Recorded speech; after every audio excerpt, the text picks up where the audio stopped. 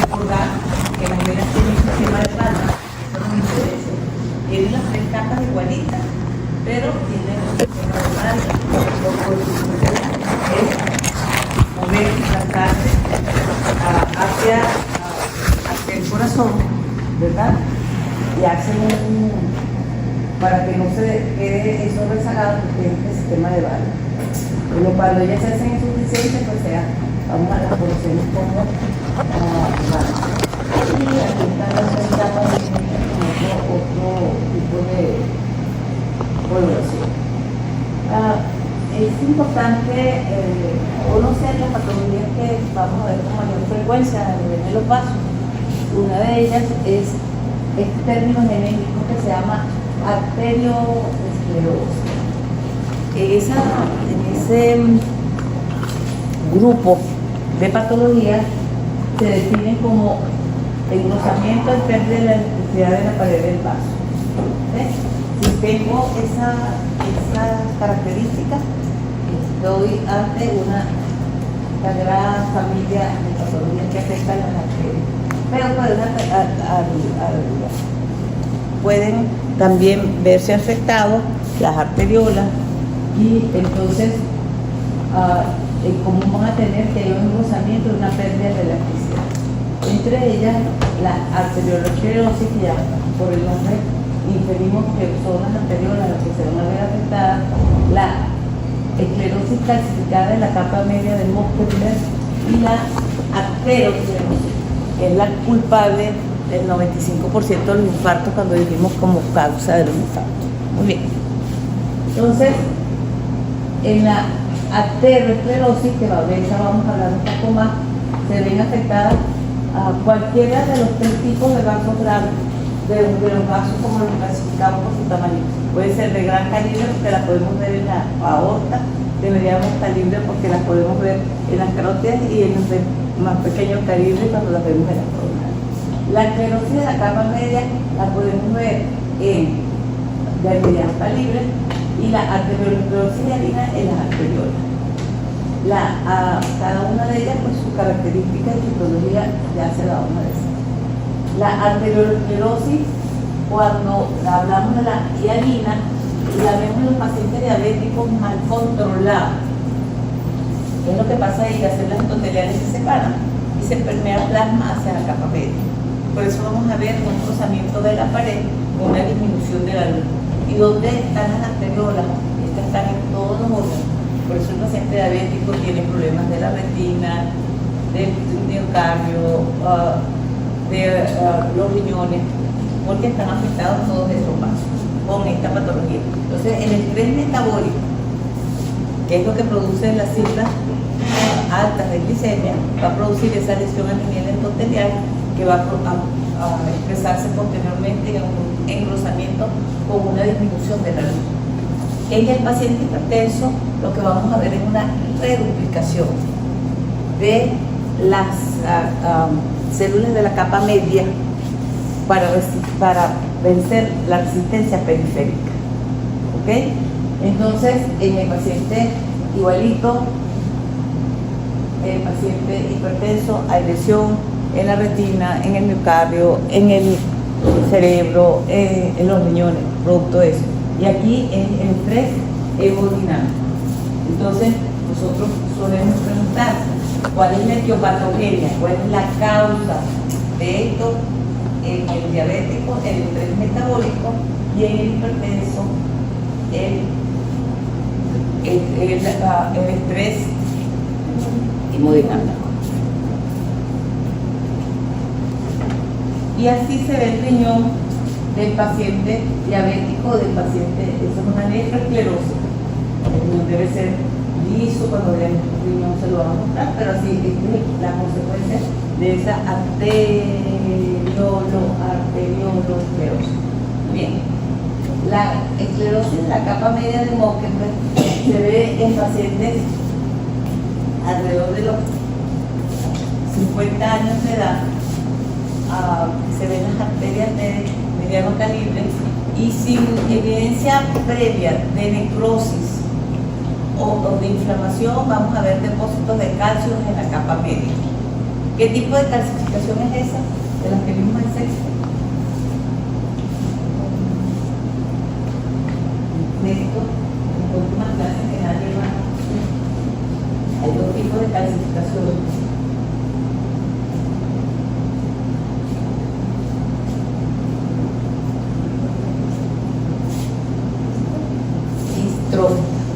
Distrófica, porque hay otro tipo de calcificaciones que es la metastásica y esa es la que se ve en los pacientes que tienen hipercalcemia, cualquiera de las causas de hipercalcemia.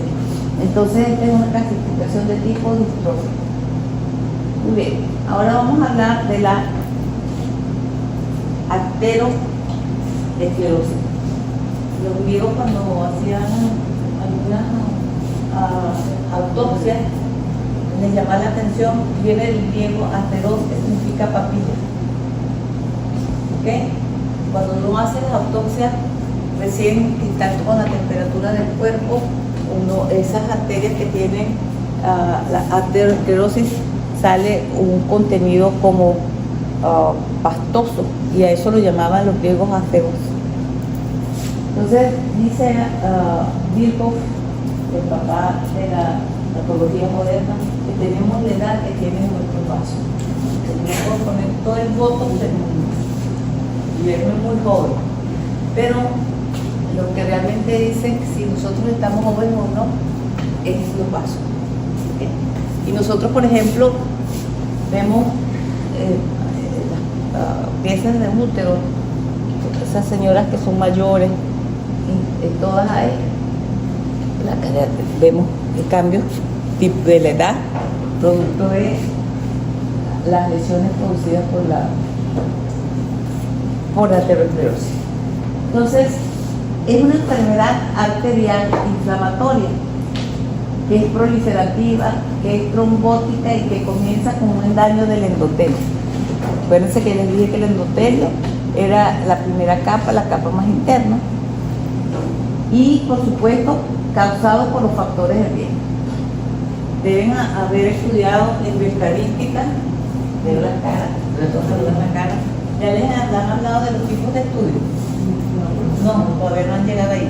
Pero cuando ustedes van a sorprender a sus profesores de bioestadística, porque cuando empiecen a hablar de estudios tipo corte, el estudio que se ha hecho, que llevan de tipo corte, que todavía sigue haciéndose.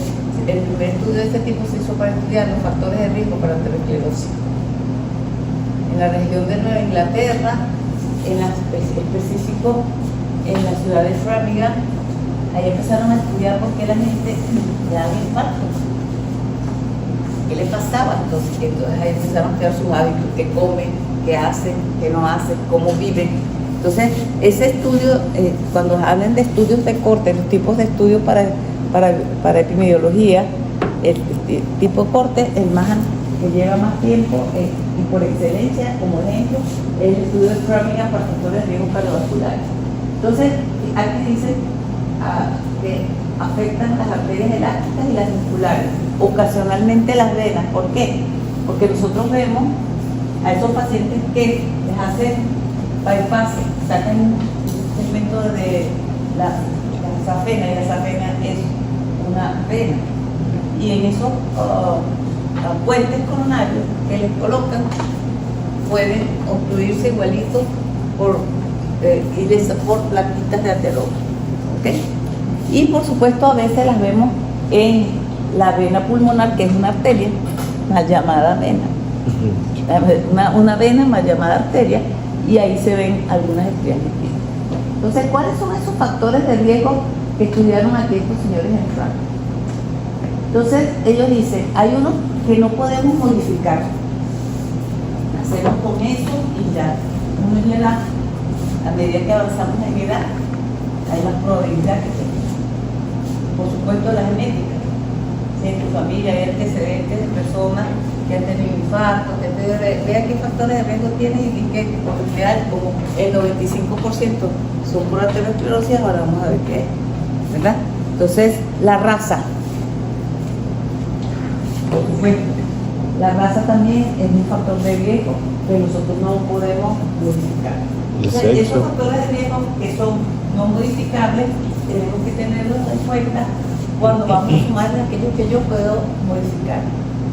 Hay uno, el estudio de Framier, cuando está avanzando, dice, no, vamos a ver cuáles yo puedo modificar y son de primera línea, que siempre van a estar. ¿Cuáles son esos que siempre van a estar? La dislipidemia, la diabetes mellitus, la hipertensión arterial y el hábito tabáquico. Esos 4 son de primera línea y yo puedo modificar. En el resto vamos a encontrar la vida sedentaria, el estrés, el uso para las mujeres de anticonceptivos orales, la homocisteína, porque hay una teoría inflamatoria, proinflamatoria de la enfermedad. Entonces, aquí están los factores de riesgo clásicos. Entonces, cuando hablamos de los factores de riesgo clásicos, vamos a recordar aquellos que son modificables y los que no son modificables. ¿Sí? Y los otros, la teoría inflamatoria, la inactividad física, la homocisteína y la obesidad, el sobrepeso. Todos estos factores de riesgo van a impactar, van a hacer mella sobre el endotelio, que es la capa más interna, y van a producir una disfunción endotelial. Y esa disfunción endotelial, ¿en qué se va a expresar? Alteración del tono vascular, estado protrombótico, porque al impactar el endotelio va a quedar expuesta la sustancia subendotelial, que es altamente trombobélica, y donde esté allí se va a formar el trombo, por supuesto. Hay una proliferación de la pared arterial, se van a movilizar células con el fin de organizar, de delimitar esas gotas de grasa que se van a empezar a depositar por debajo del endotelio, y por supuesto va a haber una reacción, por eso es un estado proinflamatorio. ¿Ok? Que va a llevar esta disfunción endotelial a la formación y progresión de lesiones arterioscleróticas. Esas placas inicialmente pueden ser no elevadas, y las vamos a llamar estrías lipídicas, ya eso lo vamos a ver, pero cuando se forma la placa se puede romper, cumpliendo con la definición, que hay una disminución de la luz.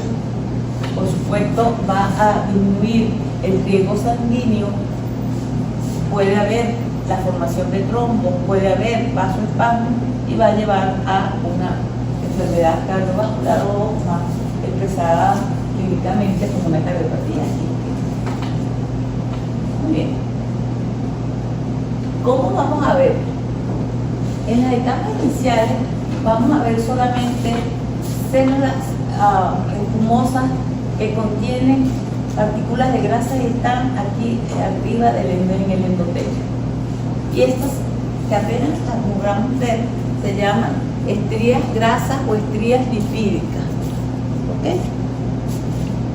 Cuando nosotros hacemos la autopsia y estudiamos esos vasos, a veces colocamos algunas coloraciones sudanofílicas para que captan y se fijan donde hay grasa y las podemos ver. Pero normalmente la característica es que tienen formas lineales, son no elevadas, que pueden ser únicas y que pueden confluir. Son apenas estas líneas pequeñitas que vemos en las superficie. Esto se le llama estría lipídica o estrías grasas. Y en estudios que se han hecho de epidemiológico, en autopsia, esto aparece en edades tempranas de la vida.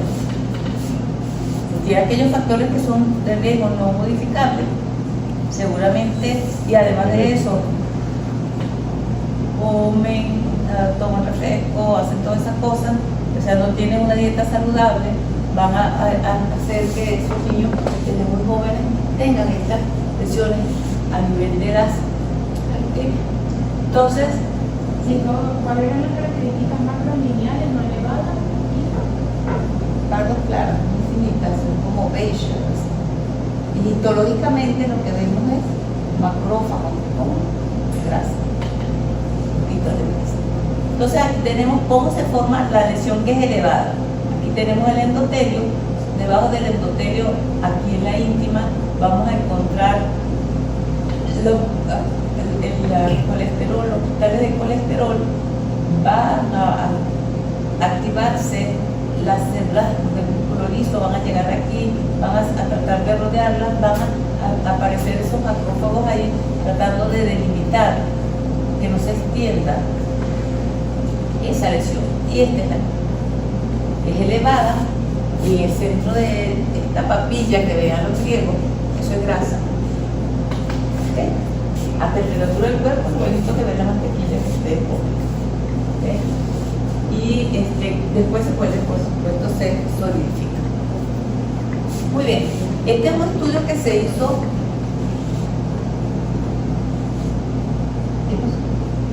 Esa que estaba describiendo viene siendo la misma estrella grasa No. magnética. Esto que acabo de escribir se llama placa de ateroma. Y les puse este dibujito para que vean, porque estas sí son elevadas. ¿Okay?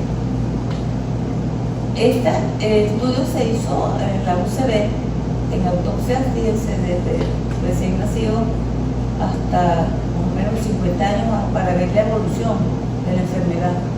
Y estas lesiones no elevadas, que son sudanofílicas porque captan la coloración de sudano, se encuentran en las primeras décadas de la vida. Entonces ahí empezamos a hacer una labor desde las escuelas, a explicarle a los niños que habían factores de riesgo que se podían prevenir, porque ya aquí aparecen estas lesiones que son muy elevadas, que entre los 10 y los 40 van a aparecer como lesiones elevadas que están cubiertas parcialmente hay una delimitación por una capa fibrosa, pero igualito están creciendo hacia la luz, me van a alterar la corriente axial, pueden formarse trombos, ¿verdad? Pueden ir disminuyendo la luz del vaso. Cuando eso sucede y no es de forma abrupta, a nivel de las coronarias se pueden abrir los colaterales, pero si eso es en forma, si no da chance a que se formen los colaterales, en una arteria que puede tener 40 años, él es tan joven y le dio un infarto, ¿sí? Y tiene obstruida los tres vasos, como ellos llaman, que es el descendencia anterior con la circunferencia de sus ramas. Entonces, manejan muy mal la isquemia. ¿Por qué? Porque no tienen colaterales. En cambio, los viejitos tienen colaterales y se obstruye una y las otras ya están abiertas. ¿Okay? A partir de los 40 van a verse las complicaciones de esas lesiones elevadas, ¿verdad? Las vamos a llamar placas de ateroma. Se pueden ulcerar, se pueden trombosar, pueden calcificar, se le deposita calcio y entonces se vuelven más duras. Si hay disminución de elasticidad y se le deposita calcio, se van a volver más duras. Y por supuesto pueden tener hemorragia, y esa debilidad de la pared va a llevar a que se forme aneurisma. Esas son todas las complicaciones que puedo tener en la arteriosclerosis. Entonces, esta clasificación, que es de 95, pero que sigue tan vigente, porque en una ocasión que se reunieron los patólogos con los cardiólogos para decir, ajá, hay unos tipo 1 que son tipos adaptativos de la íntima.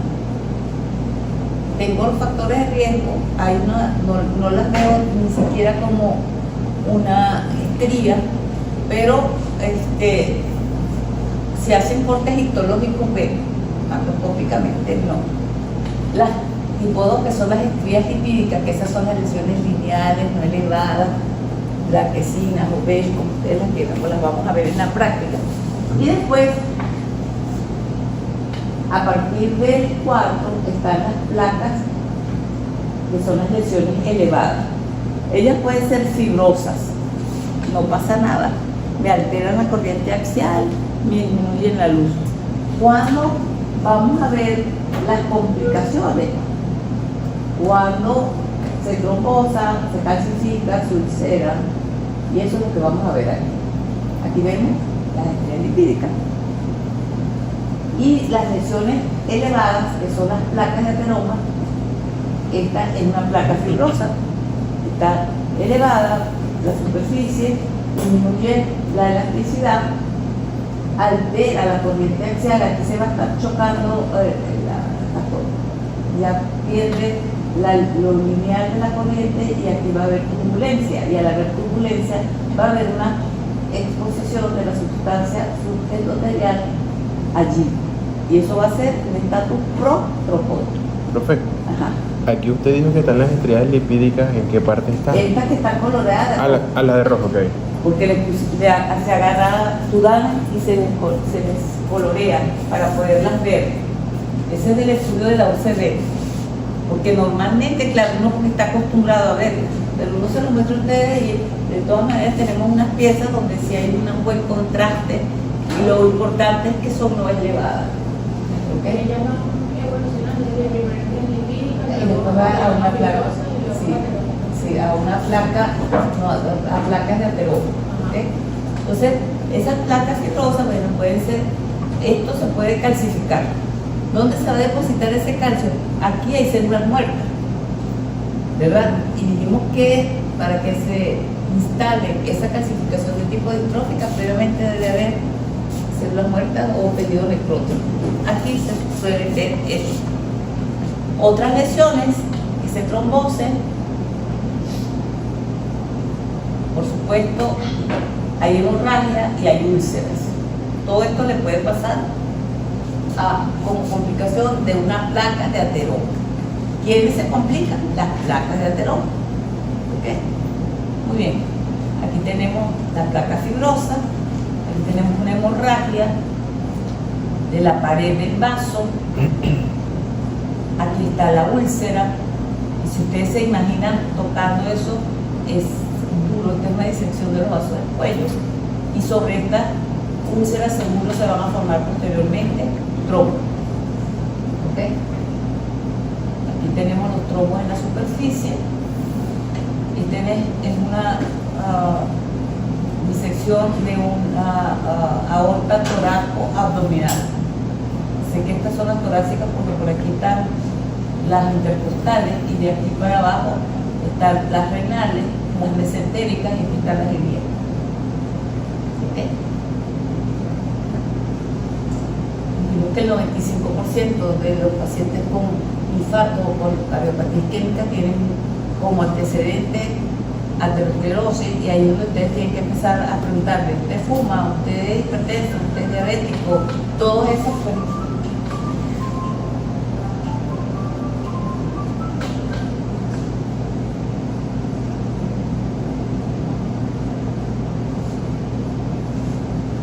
Para ver, porque hay que saber para prevenir, porque ya esto ya está, ya pasó. Entonces aquí tenemos, estuve en clase, esta es la coronaria descendente anterior, la que llaman la rama de la viuda. Aquí tenemos la coronaria totalmente obstruida. Fíjense que aquí están los cristales de colesterol, se obstruyó y parte del contenido de esto se fue para acá y produjo esta área de infarto. Complicaciones más severas: la formación del aneurisma.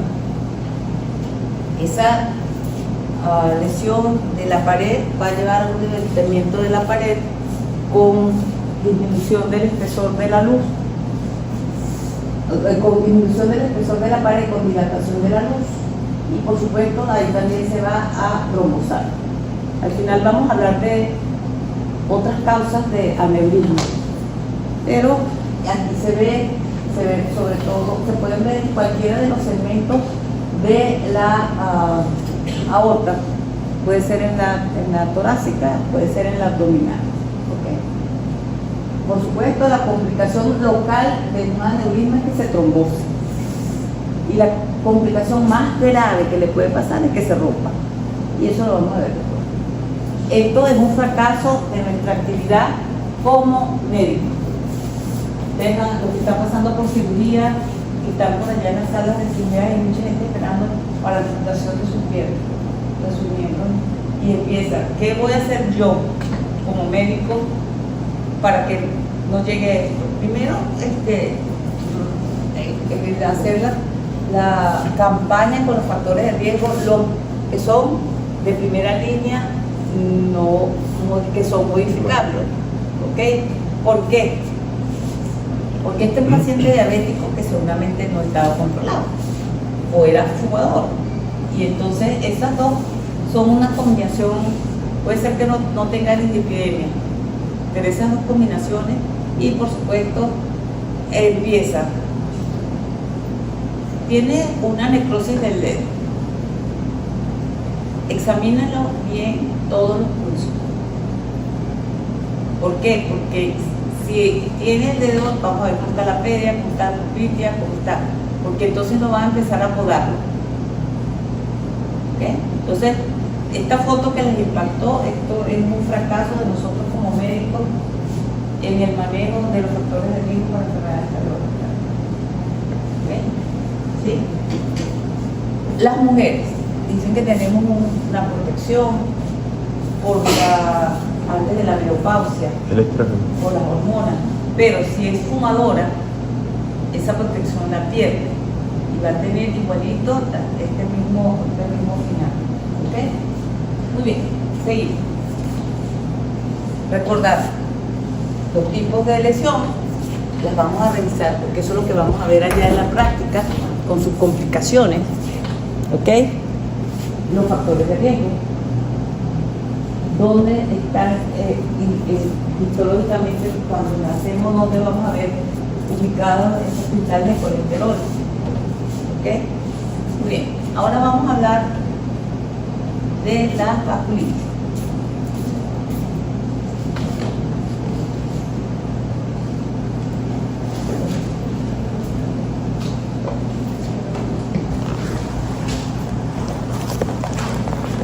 Queríamos mostrarles cómo se ve, este dibujito lo dice para que tengan una idea de cómo es los cortes, cómo vamos a ver la evolución de esas placas hasta que se complican.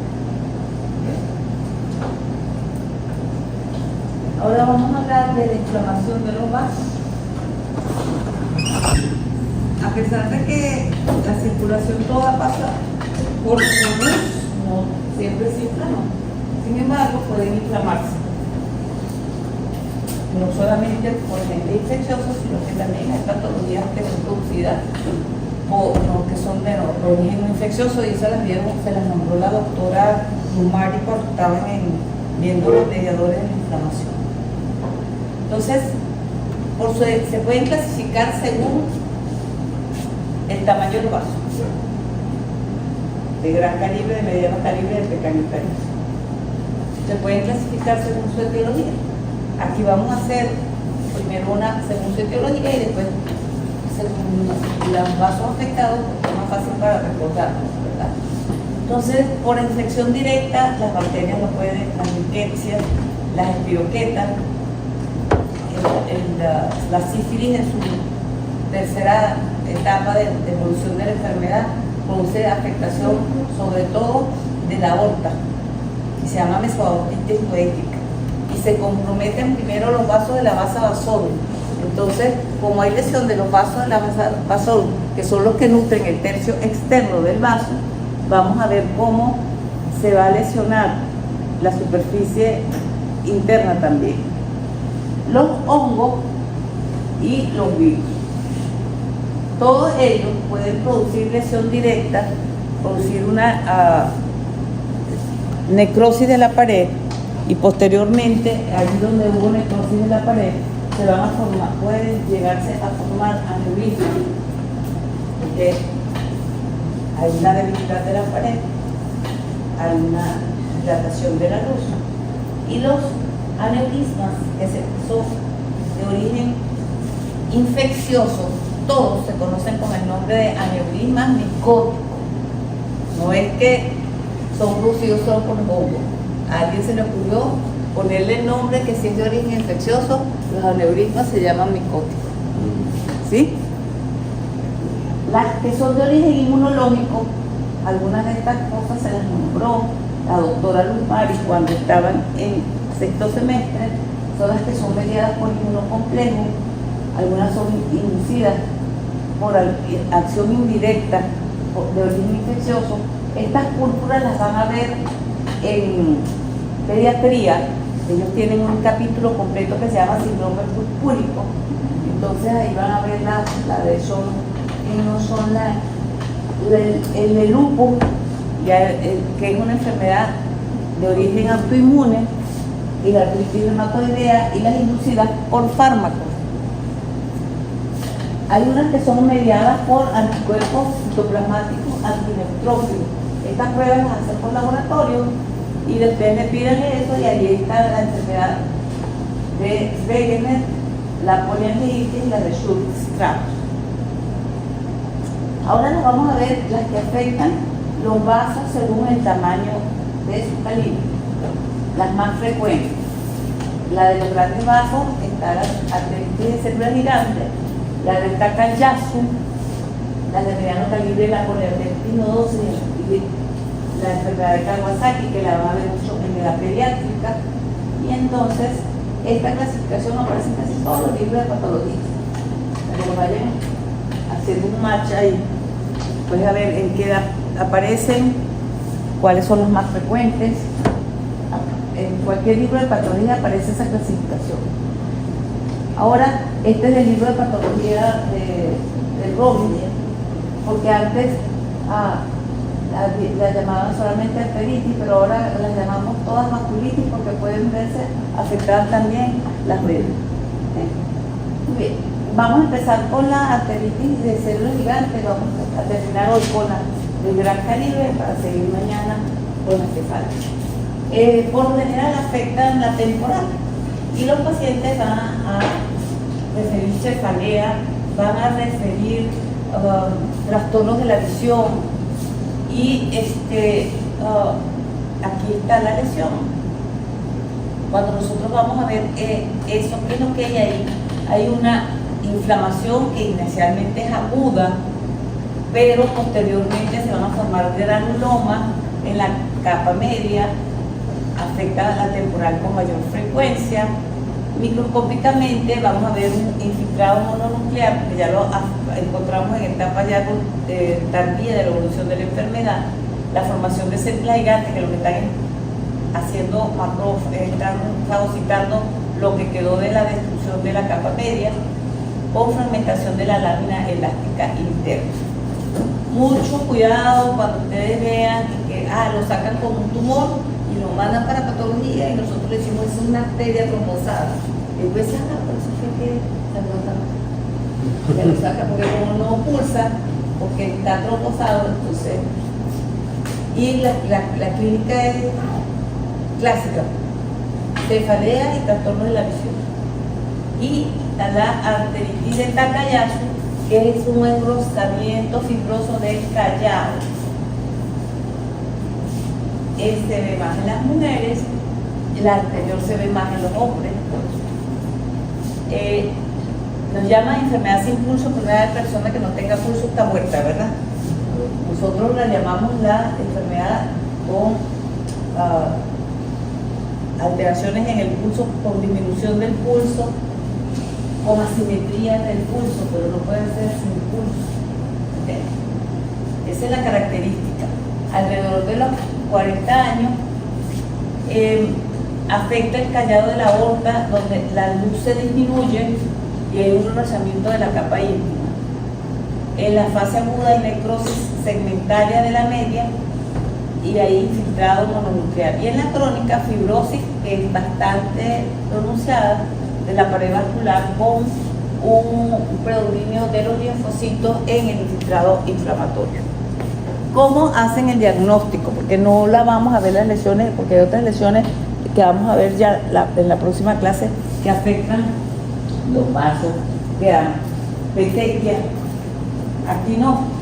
Pero si usted hace un buen examen físico y a ese paciente le va a encontrar la asimetría de los pulsos, ¿verdad? Todo lo que está después de la disminución de la luz va a estar con el pulso disminuido con respecto al otro. ¿Qué patología de las congénitas vimos que tenía esa característica?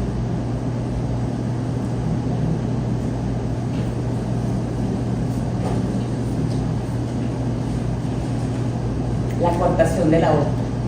Yo le dije, los niñitos, cuando ustedes lo estén explorando recién nacidos y encuentran una asimetría, eso es una coartación. En un adulto, cuando usted encuentra una asimetría, eso debe ser una arteritis de Takayama. ¿Ok? Hasta aquí vamos hoy.